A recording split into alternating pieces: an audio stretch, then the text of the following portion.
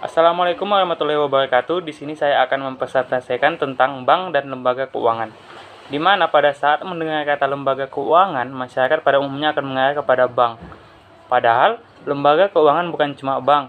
Banyak lembaga lainnya selain bank. Sebelumnya, apa pengertian lembaga keuangan? Lembaga keuangan merupakan badan usaha atau institusi di bidang jasa keuangan yang bergerak dengan cara menghimpun dana dari masyarakat dan menyalurkannya untuk pendanaan serta dengan mendapatkan keuntungan dalam bentuk bunga atau persentase. Meski demikian, kegiatan usaha lembaga ini dapat berupa penghimpunan dana saja, menyalurkan dana saja, atau keduanya sekaligus. Manfaat lembaga keuangan ini ada beberapa macam. Yang pertama, manfaat likuiditas, manfaat pengalihan aset, manfaat realokasi pendapatan, serta kemudahan transaksi, dan lainnya. Jenis-jenis lembaga keuangan ini ada dua, yaitu lembaga keuangan bank dan lembaga keuangan non-bank. Serta fungsi pada lembaga keuangan ini ada beberapa fungsi, yaitu bank berfungsi sebagai lembaga yang menghimpun dana masyarakat dengan cara mengeluarkan dokumen berharga. Selanjutnya, bank akan menyalurkan kembali dana yang sudah terhimpun ini kepada pembiayaan baik di bidang ekonomi maupun pembangunan dalam jangka panjang atau jangka waktu tertentu. Selain itu, bank juga berfungsi untuk memberikan bantuan modal usaha kepada masyarakat atau perusahaan untuk mengembangkan bisnisnya. Ada pula Pegadaian, yang merupakan lembaga keuangan non-bank yang didirikan dengan tujuan agar dapat memberikan pinjaman kepada nasabah, namun dengan jaminan berupa barang atau hal sebagainya. Selanjutnya ada pula koperasi yang memiliki fungsi dan tujuan yang mirip dengan bank, yaitu memberikan jasa simpan pinjam kepada anggotanya dengan bunga yang relatif rendah, sehingga membebaskan masyarakat dari rentenir dan dapat mengolah uang secara lebih produktif. Mungkin banyak orang yang akan bertanya, apa sih latar belakang kemunculan pasar keuangan? Yaitu mempertemukan antara pemilik dana dengan peminjam dana. Dan di dalam sistem keuangan tadi pasti ada pihak di dalamnya. Oleh karena itu ada dua pihak, yaitu pertama pemilik dana, yaitu memiliki dana berlebih tetapi tidak memiliki kesempatan investasi yang menguntungkan. Yang kedua yaitu peminjam dana, memerlukan dana untuk merealisasikan investasinya atau konsumsi karena menganggap utilitas melaksanakan saat ini lebih tinggi. Struktur pasar keuangan, klasifikasinya yaitu berdasarkan waktu jatuh tempo, berdasarkan prioritas, berdasarkan urutan transaksi, berdasarkan organisasi pasar.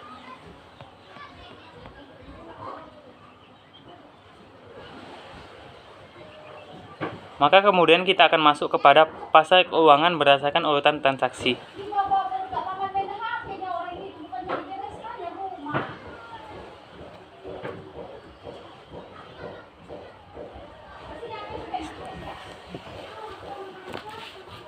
Struktur pasar keuangan, yaitu memiliki klasifikasi ada 4. Yang pertama berdasarkan waktu jatuh tempo atau instrumen, berdasarkan prioritas pengembalian, berdasarkan urutan transaksi, dan berdasarkan organisasi pasar.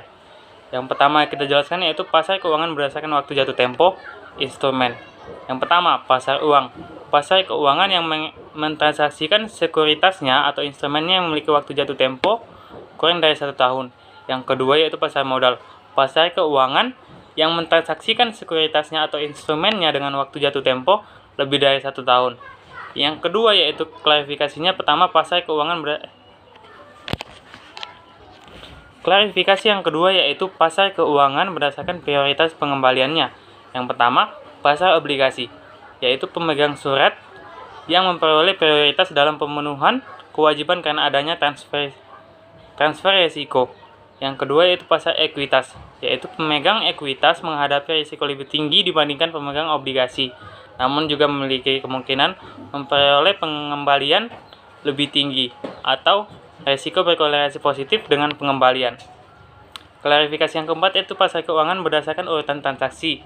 Yang pertama, pasar primer, tempat terjadinya penjualan pendanaan sekuritas, yakni dibeli oleh investor pelanggan bank investasi yang bersangkutan. Yang kedua yaitu pasar sekunder, berfungsi membuat sekuritas menjadi liquid dengan menjual kembali sekuritas di pasar primer.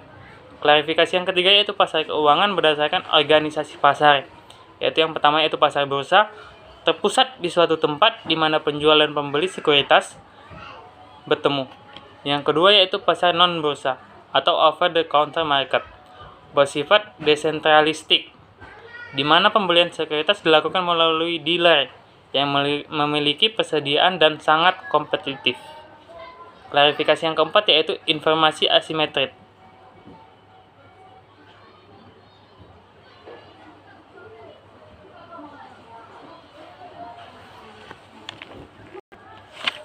Baiklah, kita masuk ke pembahasan berikutnya, yaitu klasifikasi perentaan lembaga keuangan. Yang pertama yaitu lembaga penerima simpanan atau deposito institution. Lembaga perantara keuangan yang memperoleh dana dari simpanan atau deposit pihak ketiga dan meminjamkan kepada pihak yang lain. Contohnya apa? Contohnya yaitu bank komersial dan koperasi. Yang kedua yaitu contractual saving institution, yaitu lembaga yang memperoleh dana berdasarkan kontrak yang bersifat periodik sehingga sumber dan penggunaan dana relatif dapat diprediksi. Yang ketiga yaitu perantara investasi atau investment intermediaries, yaitu lembaga keuangan yang memperoleh dana dari penjual surat berharga. Contohnya apa? Yaitu menjual commercial paper, institusi mutual funds, atau reksadana. Pembahasan selanjutnya kita masuk kepada sistem keuangan global, bentuk-bentuk pinjaman bank dan perusahaan kepada negara lain. Yang pertama yaitu obligasi, yang kedua yaitu seperti obligasi perusahaan, yaitu Eurobond atau obligasi yang dijual ke negara lain dalam mata uang negara asal.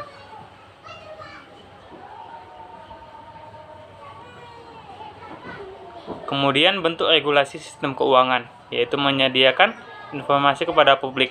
Apa tujuannya? Bertujuan agar investor dapat mengambil keputusan dengan informasi yang cukup sehingga mengurangi risiko.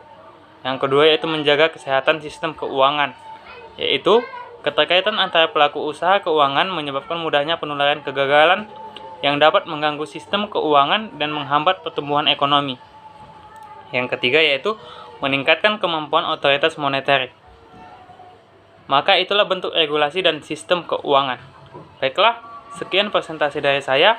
Saya Rizky Adi, pamit undur diri. Assalamualaikum warahmatullahi wabarakatuh.